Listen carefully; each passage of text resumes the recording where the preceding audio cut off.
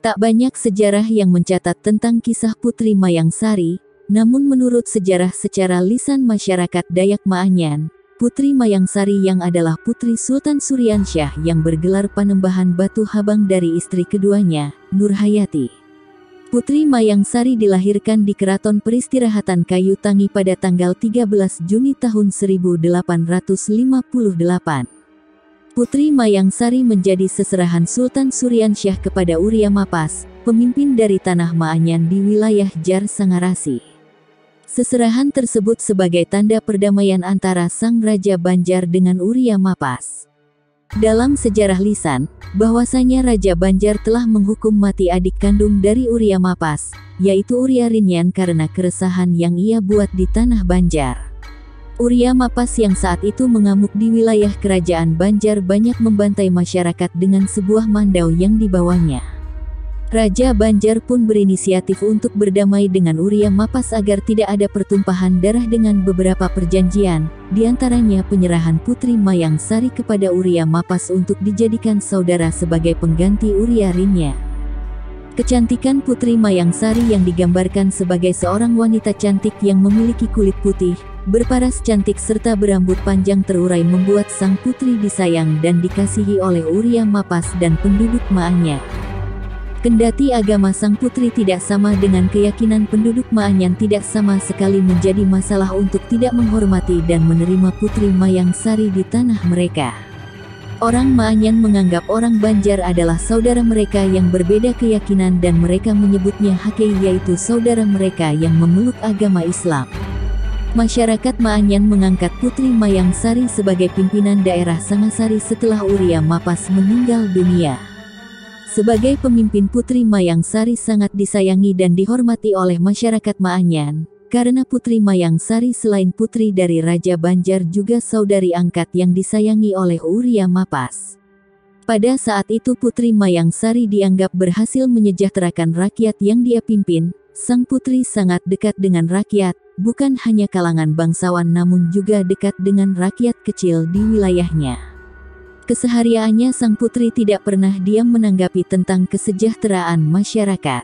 Sang putri sering melakukan belusukan ke perkampungan untuk mencari tahu apa saja permasalahan yang ada di masyarakat serta untuk mengetahui kehidupan rakyat yang sebenarnya, terlebih lagi belusukan yang khusus untuk mengetahui bagaimana ketahanan pangan masyarakat sangat sering dilakukannya.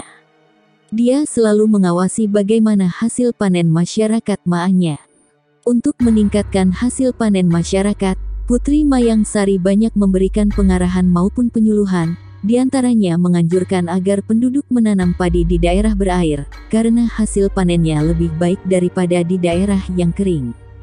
Selain memberikan pengarahan tentang pangan, Putri Mayang Sari juga sering memberikan nasihat-nasihat kepada masyarakat agar taat untuk membayar pajak dengan kelembutan dan kesopanan yang dia miliki. Dengan gaya kepemimpinan Putri Mayang Sari yang penuh kasih, rakyat pun sejahtera tanpa menghindari pajak yang menjadi kewajiban mereka sebagai rakyat. Wilayah belusukan Putri Mayang Sari setiap tahun adalah melewati daerah timur yakni Uwei, Jangkung, Waruken, Tanjung.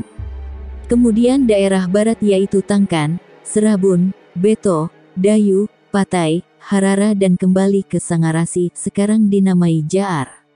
Menurut kepercayaan masyarakat Dayak Maanyan, wilayah-wilayah yang dikunjungi Putri Mayang Sari ketika belusukan tersebut selalu mendapat berkah dan keberuntungan, misalnya pohon buah menjadi berbuah lebat. Konon, buah langsat di daerah Tanjung yang terkenal manis dan disenangi banyak orang adalah karena daerah Tanjung adalah tempat belusukan Putri Mayang Sari. Walaupun sang putri beragama Islam, dalam menjalankan kepemimpinannya Putri Mayang Sari menggunakan sistem Mantir Epat Pangulu Isa, yaitu sistem pemerintahan tradisional Dayak Maanyan. Dalam pola kepemimpinan ini, satu wilayah ditangani 4 pemimpin, mantir, dan 1 pengulu. 4 mantir mengurus masalah pemerintahan, sedangkan pengulu mengatur seluk-beluk hukum adat. Dalam pemerintahannya memang ada 2 hal yang diprioritaskan, yaitu terpenuhnya kebutuhan pangan rakyat dan tegaknya hukum adat yang bagi orang Dayak Maanyan adalah tata aturan kehidupan. Setelah mengalami sakit selama 3 hari, pada tanggal 15 Oktober tahun 1615, sang putri meninggal dunia. Karena kecintaan rakyat kepada sang putri, jasadnya tidak langsung dikuburkan, tetapi disemayamkan terlebih dahulu di dalam rumah hingga kering. Setelah mengering, karena cairan dari mayat disalurkan ke dalam tempayan, jasad Putri Mayang Sari dibawa ke seluruh daerah agar semua rakyat mendapat kesempatan memberikan penghormatan terakhir kepada pemimpin mereka yang telah meninggal dunia. Akhirnya, jenazah Putri disemayamkan di Sangarasi, yaitu wilayah JAR sekarang.